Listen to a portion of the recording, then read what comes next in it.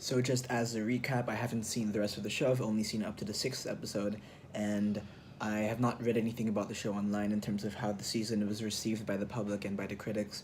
I don't know what episodes to look forward to and all that stuff. So I made a video for the first three episodes yesterday. So now I'm going to talk about episodes 4 to 6. Bojack the Feminist is the first episode of the season that seems to actually integrate world issues into the actual structure of the show. I don't think the show usually does this, at least in my experience of it. I can't remember particularly, but it doesn't seem like it tries to really.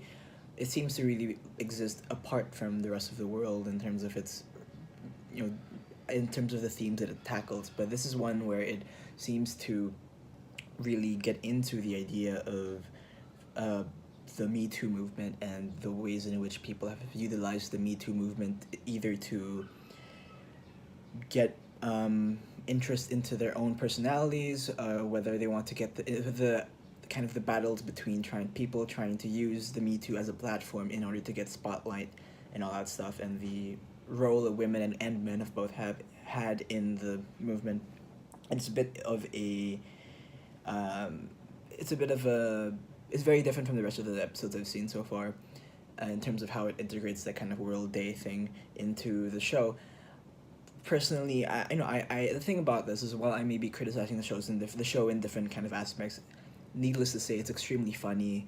The writing's extremely just it's fun to listen to and fun to kind of react to in a lot of the ways in which they have many jokes within each line and many references to all sorts of things that you'll probably only get on multiple listens.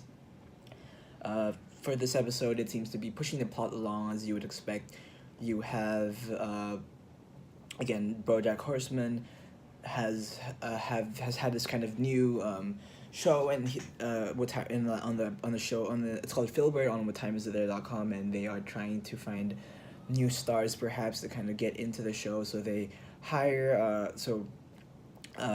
Princess Carolyn hires this man who has been accused of all this bad stuff in the past, and that's kind of the plotline of the episode. Honestly, in the scope of the season, it doesn't seem like it was that.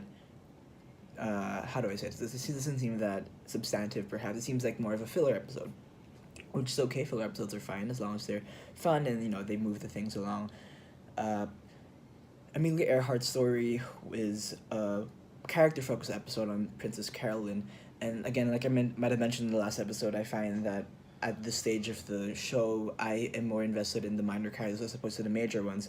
We've seen Bojack go through incredibly in-depth arcs of some sort, and now I want to see more of the other characters. So, for example, this one was all about Princess Carolyn and her childhood and how she's trying to trying to adopt a child, and the adoption mother doesn't necessarily seem to be the type of character that's similar to Princess Carolyn, but they did come from the same area, the same city, the same small town, and we get a bit of a picture of how Miss Princess Carolyn came to LA and how she became who she is and where she came from and her parents and what they were like, particularly her mother, who seemed to really she seemed to really dissuade her from actually pursuing her dreams and all that stuff. And we actually get a bit of a backstory because we find out that Princess Carolyn, she actually was pregnant as a teenager, and her mother thought it would turn out to be something that would kind of propel her into the world of the rich, for example. And we find out that she gets a miscarriage, and it really lets you kind of realize that Princess Carolyn, her pregnancy, her looking for an adoption is such a big part. Looking for a child to adopt is a big part of her character, because having a child has been kind of a traumatic experience for her in the past.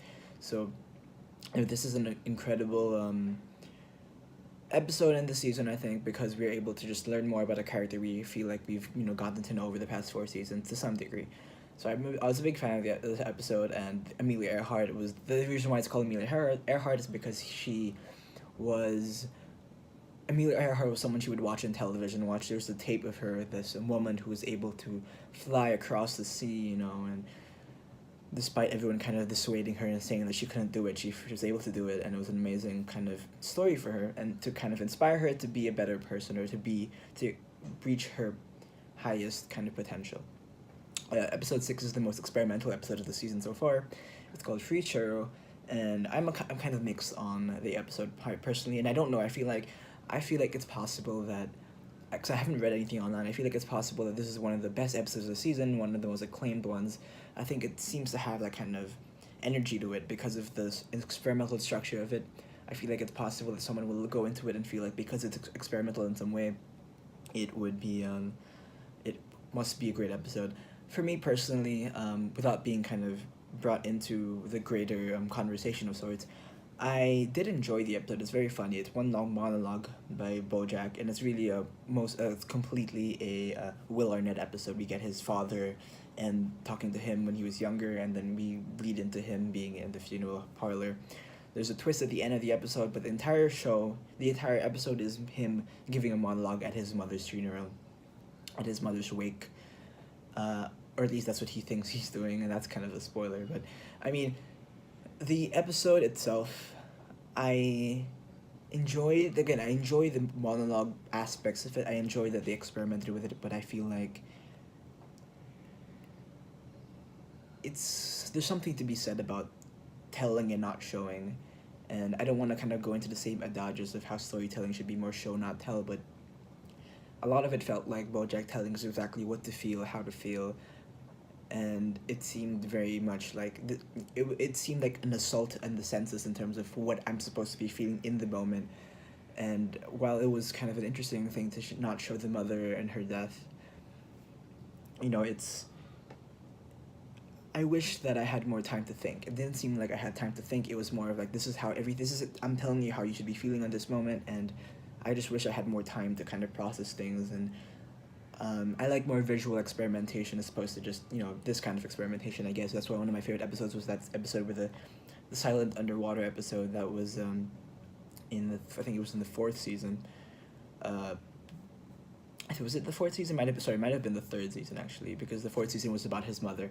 And that's kind of one of the things I've been feeling about the season so far. It doesn't seem like it has as much depth in terms of the archetypal tropes it's trying to deal with, because so far the first 6 episodes which is already half of the seasons, it doesn't seem to be focused on anything in particular in terms of thematic tropes.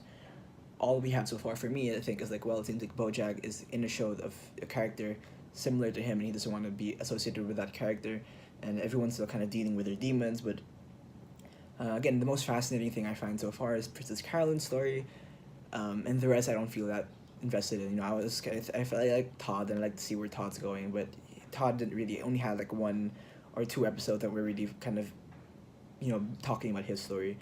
But yeah, so that's what I thought. The Free Chair episode is completely written by the series creator Bob Waksberg, but I don't know. That's just how I felt personally. I am a big fan of the show, and I just want to see the rest of it.